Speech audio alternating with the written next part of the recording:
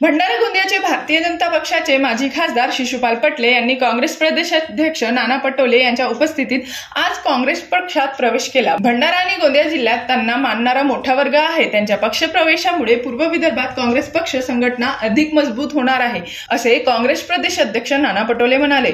काँग्रेस प्रदेशाध्यक्ष नाना पटोले यांनी आज टिळक भवन येथे शिशुपाल पटले यांच्या काँग्रेस पक्षात स्वागत केले।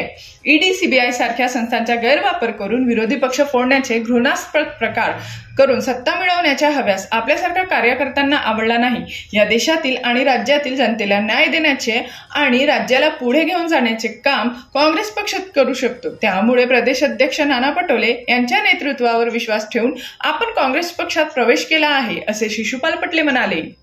जीबी न्यूजचे प्रत्येक अपडेट मिळवून घेण्यासाठी तुम्ही आमच्या चॅनलला लाईक करा, सबस्क्राईब करा आणि शेअर करा। तसेच बेल आयकॉनला सुद्धा प्रेस करा। आपला जिल्हा, आपली बातमी।